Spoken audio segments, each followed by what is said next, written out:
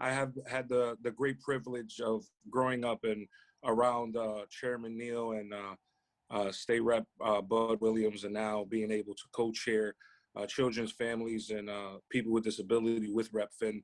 I'm definitely surrounded by a lot of tenure. I was been able to serve before at this capacity as a Springfield City Councilor. I actually am a YMCA kid. I grew up with Bud Williams and also with Chairman Neal's son. Chairman Neal used to sit down right there and watch us play basketball at the Y, and talk to us. And as a kid visiting DC when he was a young congressman, now he's still a young congressman, and whenever when issues that are important to the district, he's always picked up the phone, always made sure to answer the call. But and myself, I ended up working at the Y. I know that in the beginning when you had started the conversation, you had some people on the call, and I want to just speak on that context of interested in working at the YMCA. I actually ended up, one of my first jobs was working at the YMCA. I worked as a group leader at a camp, and I ended up becoming a director of a youth program, the North End Youth Center. And then from there, I ended up becoming the camp director of Camp Weber for a little while. So I spent quite a lot of time around the YMCA and connecting, obviously, with Springfield College. I just want to let folks know that, the sky's the limit. When you work hard at something, never in a million years did I believe that I was going to be a state senator.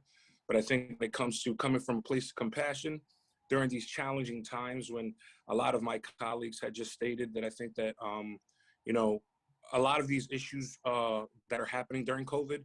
I grew up in the north end of Springfield, like Rep Williams had stated, one of the poorest districts in Massachusetts. I still live in the same street that I grew up on. I'm raising my children in the same neighborhood I grew up in. And respectfully, I think that a lot of these issues that have been exacerbated because of COVID-19 has existed for quite a while.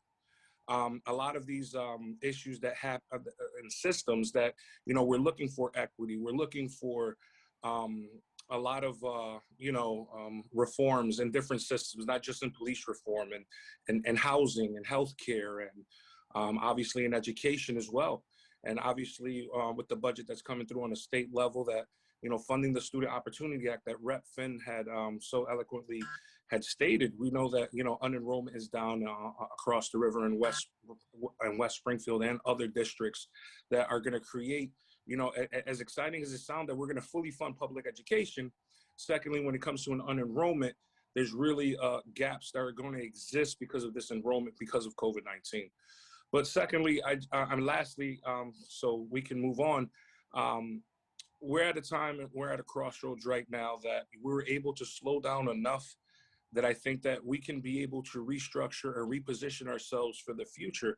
And under leaderships like this district that we live in, having so much leadership, every single person that's on this call is actually a chairman. And me as a young legislator, to be able to walk in as a chairman, especially when it comes to children, families, and people with disability, it gives me a great segue to be able to connect all the way to our federal government with having such a great tenure with Chairman Neal. So not to be redundant or beat a dead horse, I'm really appreciated to be here. Thank you, Madam President, and also my colleagues that had spoken before me.